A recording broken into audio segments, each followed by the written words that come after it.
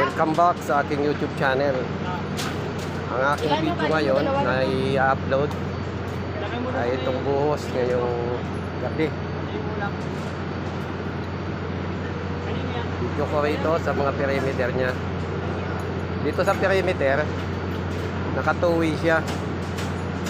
Dahil yung forma niya dito is conventional cast form. Papunta rito. Ayan, hanggang dito. Paikot siya. Perimeter niya ay ganon ang forma. Dito sa gawing ito, hollow core, precast, mga kabakal. Ayan. Dito sa perimeter may isang kulom na malaki.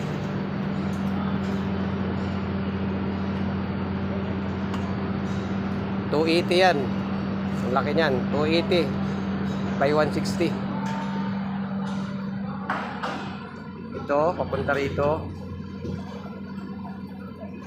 Ayan. Pagdating dito, halo ko siya ulit. Yung pagitan niya. Ang perimeter nito lahat ay conventional cast form dito sa perimeter. Bali yung bakal natin na nakatutok dito sa wall ay nakabari na yan lahat. Magpabuto man siya, magpatapar, mag-extra, lahat ay nakabari na yan ng 30 cm.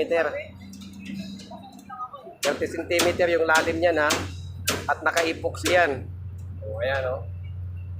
Naka-epoxy yan mga kabakal. Pagdating dito, meron pa rin isang kulom na mahaba at malaki. Ayan.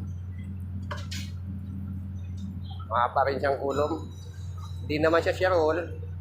Kasi nakalagay sa drawing yan ay kulom yan. Punta rito. Ayan, may nagagawa pang blackout. Mga kabakal natin.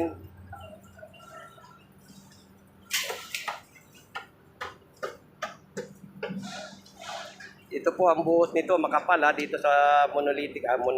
Sa conventional cast form natin, makapal ang buhos niyan. Ang tagay niyang buhos nito na mga kulom ay bali 12. 12 kulom yan, ayun. Sa dulo, may maliliit siya, nasa gitna. Bandang gitna siya na malapit din lang sa perimeter. Ayan. Pero yung mga nasa gitna na yan, malalaki ang kulom na yan.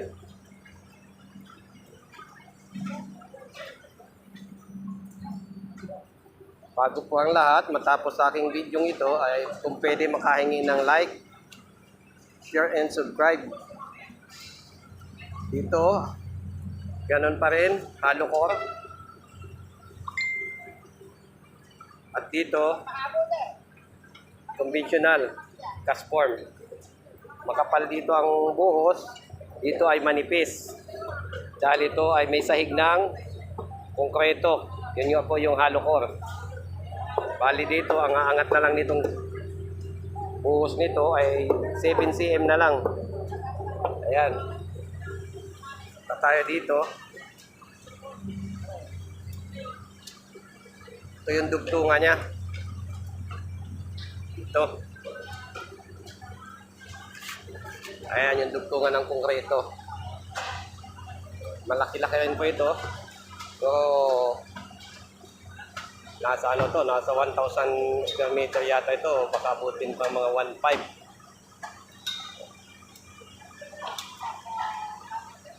Ayan yung area ng bubuhusan. Maraming salamat sa mga panood ng aking video. Naway lagi kayong nasa maayos na kalagayan. And God bless. Bye-bye.